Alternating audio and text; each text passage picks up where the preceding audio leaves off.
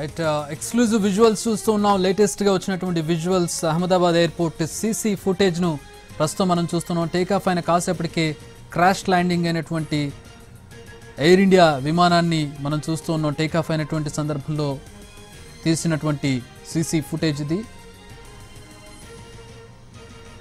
Flight takeoff అయిన కాసేపటికే crash landing అయింది. ఆ దృశ్యాలు ప్రస్తుతం అహ్మదాబాద్ ఎయిర్ స్ట్రిప్ దగ్గర ఉన్నటువంటి సీసీ కెమెరాలో రికార్డ్ అయింది. అది టేకాఫ్ అవడానికి కూడా చాలా అవస్థపడినటువంటి దృశ్యాలు మనం చూస్తున్నాం. టేకాఫ్ అయిన కాసేపటికే క్రాష్ ల్యాండింగ్ అయ్యి పూర్తిగా దగ్ధమైపోయినటువంటి దృశ్యాలను మనం చూస్తున్నాం. ఆ దృశ్యాలే ప్రస్తుతం సీసీ కెమెరాలో రికార్డ్ అయ్యాయి.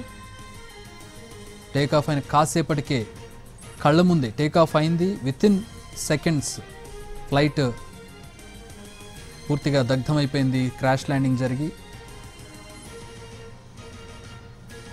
టేకాఫ్ అయిన నిమిషాలు 1-2 నిమిషాల్లోనే ఘటన చోటు చేసుకుందని మనం చెప్పొచ్చు. చూస్తున్నటువంటి ఫుటేజ్ కంటిన్యూ ఫుటేజ్ని మనం చూడొచ్చు.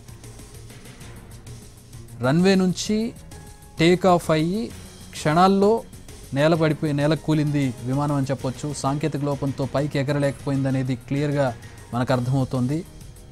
పూర్తిగా టేకాఫ్ కూడా అవ్వలేదు. ప్లెయిన్ 500 అడుగులు ఎత్తుకు వెళ్ళింది, వెంటనే మళ్ళీ డిసెండ్ అయింది, మళ్ళీ కిందికి దిగిపోయింది, క్రాష్ ల్యాండింగ్ జరిగింది. ఎక్స్క్లూజివ్ దృశ్యాలను మనం చూస్తూ ఉన్నాం. ఇది అహ్మదాబాద్ ఇంటర్నేషనల్ సర్దార్ వల్లభాయ్ పటేల్ ఇంటర్నేషనల్ ఎయిర్పోర్ట్కి చెందినటువంటి సీసీ ఫుటేజ్. టేకాఫ్ అయిన దగ్గర నుంచి క్రాష్ ల్యాండింగ్ అయ్యే వరకు కంటిన్యూ ఫుటేజ్ను ఎన్టీవీ స్క్రీన్ మీద మీరు చూస్తూ ఉన్నారు. టేకాఫ్ అయిన క్షణాల్లో, నిమిషాలు కూడా కాదు, 5 నుంచి 10 నిమిషాల పాటు ఫ్లై అయిందని మనకి ఇందాక ఇన్ఫర్మేషన్ వస్తుంది. కానీ 1-2 నిమిషాల్లోనే ఘటన చోటు చేసుకుంది. అఫ్కోర్స్ ఎయిర్పోర్ట్ నుంచి ఘటన జరిగినటువంటి ప్రాంతం బై రోడ్ వెళ్తే 6 కిలోమీటర్లు మాత్రమే. సో 6 కిలోమీటర్ల దూరాన్ని రీచ్ కావడానికి ఫ్లైట్కి 1 నిమిషం కూడా పట్టదు. సో టేకాఫ్ అయిన 1 నిమిషంలోనే ఈ ఘటన చోటు చేసుకుంది. సో పూర్తిగా టేకాఫ్ కూడా అవ్వలేదు. టేకాఫ్ అవ్వలేక నేల కూలింది విమానం అని చెప్పొచ్చు. ఇక్కడ సాంకేతిక లోపం తప్ప ఇక్కడ మరొకటి కనబడడం లేదు. సో విమానానికి సంబంధించిన చరిత్ర కూడా ప్రస్తుతం తెలుస్తుంది, దానికి సంబంధించిన ట్రాక్ రికార్డు కూడా తెలుస్తుంది. జనవరిలో ప్యారిస్ వెళ్తున్నటువంటి సందర్భంలో షార్జాలో ఎమర్జెన్సీ ల్యాండింగ్ అయినట్టుగా తెలుస్తోంది. కొద్ది నెలల క్రితం ఇదే విమానంలో పొగలు వచ్చినట్టుగా తెలుస్తోంది. సో డీజీసీఏ ఈ విమానానికి సంబంధించి, పర్టికులర్గా ఈ మోడల్ విమానానికి సంబంధించి ఎయిర్ ఇండియాకి అలర్ట్ కూడా చేసినట్టుగా తెలుస్తోంది. వీటన్నింటినీ నిర్లక్ష్యం చేసిన ఎయిర్ ఇండియా ఇంతమంది మృతికి కారణమైందా అనేది ఇప్పుడు క్వశ్చన్ మార్క్. సో టేకాఫ్ అయిన క్షణాల్లో ఈ దుర్ఘటన చోటు చేసుకుంది. ప్రస్తుతం సర్దార్ వల్లభాయ్ పటేల్ ఇంటర్నేషనల్ ఎయిర్పోర్ట్కి చెందినటువంటి సీసీ ఫుటేజ్ను చూస్తూ ఉన్నాం. టేకాఫ్ అయిన దగ్గర నుంచి క్రాష్ ల్యాండింగ్ అయ్యి పూర్తిగా బ్లాస్ట్ అయ్యే వరకు కూడా కంటిన్యూ రికార్డింగ్ ఫుటేజ్ మనం చూస్తూ ఉన్నాం.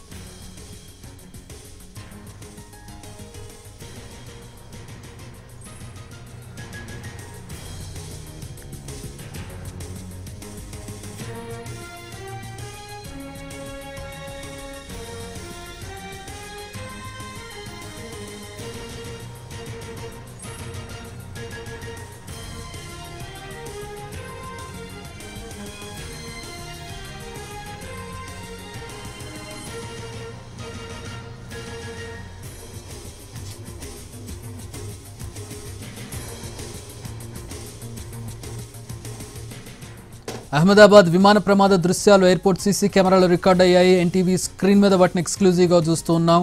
విమానం టేకాఫ్ కాలేక సాంకేతిక లోపంతో నేల కూలినటువంటి దృశ్యాలు కంటిన్యూగా రికార్డ్ అయ్యాయి. ఆ దృశ్యాలను మనం చూడొచ్చు ఎన్టీవీ స్క్రీన్ మీద.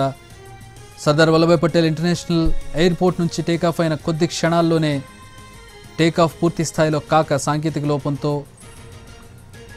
ఫ్లైట్ క్రాష్ ల్యాండింగ్ అయ్యి పూర్తిగా దగ్ధమైపోయినటువంటి దృశ్యాలను మనం చూస్తూ ఉన్నాం. టేకాఫ్ అయిన కాసేపటికే పూర్తిగా టేకాఫ్ కాలేక, ఎగరలేక విమానం నేల కూలినటువంటి దృశ్యాలు. సో అసెండింగ్ అండ్ డిసెండింగ్ రెండు కూడా చూస్తున్నాం. అక్కడ నుంచి ఇంకా పైకి వెళ్లాల్సినటువంటి విమానం అక్కడ నుంచి డిసెండ్ అయింది, కిందికి దిగిపోయింది. ఎగరలేక 2 ఇంజిన్లు ఫెయిల్ అయ్యాయా లేదంటే సాంకేతిక లోపమా, కారణం ఏంటనేది ఇంకా తెలియాల్సి ఉంది. సో పూర్తిగా కొలాప్స్ అయ్యి కింద పడిపోయినటువంటి దృశ్యాలను మనం చూస్తున్నాం. పడిన వెంటనే బ్లాస్ట్ అయిపోయింది. ఒక అటామిక్ బ్లాస్ట్ జరిగినంతగా, ఒక పెద్ద బాంబు పేలినంత మంటలు, అక్కడ అగ్నికీలలు మనం చూడొచ్చు. ఫ్లైట్ పూర్తిగా దగ్ధమైపోయినటువంటి పరిస్థితులను మనం చూడొచ్చు. ఇదే ఫ్లైట్లో గుజరాత్ మాజీ ముఖ్యమంత్రి విజయ్ రూపానీ కూడా మృతి చెందారు. ఆయన 2016 నుంచి 2021 వరకు గుజరాత్ ముఖ్యమంత్రిగా పనిచేశారు. మొత్తం 242 మందితో ఇంక్లూడింగ్ క్రూ 12 మంది క్రూ, 2 పైలట్లు, 10 మంది ఎయిర్ హోస్టెస్లు, వీళ్ళందరూ కలిపి మొత్తం 242 మంది ప్రయాణిస్తూ ఉంటే 241 మంది ఈ దుర్ఘటనలో చనిపోయారు. ఒక్కడు మాత్రం ప్రమాదం తర్వాత బయటికి నడుచుకుంటూ వచ్చారు. 11A సీట్ నెంబర్ నరేష్ విశ్వాస్గా తెలుస్తుంది అతని పేరు. 11A సీట్లోని ప్రయాణికుడు బతికి బయటకు వచ్చాడు, నడుచుకుంటూ వస్తే అతన్ని హాస్పిటల్లో జాయిన్ చేసి చికిత్స అందిస్తున్నారు. దుర్ఘటన తాలూకు విజువల్స్ ప్రస్తుతం మనం చూస్తున్నాం. ఏ స్థాయిలో ఘటన జరిగింది. ఫ్లైట్ యాక్సిడెంట్స్ అనేవి చాలా తక్కువగా జరుగుతూ ఉంటాయి, కానీ జరిగిన సందర్భంలో చాలా భీభత్సం జరుగుతుంది. చాలా సర్వైవల్ రేట్ చాలా తక్కువగా ఉంటుంది. వందల సంఖ్యలో మృతులు ఉంటారు ఫ్లైట్ స్థాయిని బట్టి, ఫ్లైట్ కెపాసిటీని బట్టి. బ్లాస్ట్ అయితే మాత్రం సర్వైవల్ రేట్ చాలా తక్కువగా 99% చనిపోయేటటువంటి అవకాశమే ఉంటుంది. అదే ఫ్లైట్ ముక్కలవ్వడమో లేకపోతే దేనైనా క్రాష్ అవ్వడమో, భూమి మీద క్రాష్ అవ్వడమో, ఎలాంటి అగ్ని ప్రమాదం జరగని సందర్భాల్లో కొంతమంది బ్రతికి బయటకు వచ్చే అవకాశం ఉంటుంది. సముద్రాల్లో పడిన సందర్భాల్లో దగ్గరలో పడితే రెస్క్యూ ఆపరేషన్ జరిగితే అప్పటి వరకు వాళ్ళు బ్రతికుంటే కనుక వాళ్ళని రెస్క్యూ చేసే అవకాశం ఉంటుంది. లేదా చాలా దూరంలో పడి ఉంటే రెస్క్యూ ఆపరేషన్ అయ్యేలోపే వాళ్ళు చనిపోయే అవకాశం ఉంది. సో ఏదేమైనా కూడా ఫ్లైట్ క్రాషెస్లో సర్వైవల్ రేట్ చాలా తక్కువగా ఉంటుంది. ఇలాంటి బ్లాస్ట్లో అంటే అగ్ని ప్రమాదాలు జరిగిన సందర్భాల్లో అయితే సర్వైవల్ రేట్ 0 ఉంటుంది.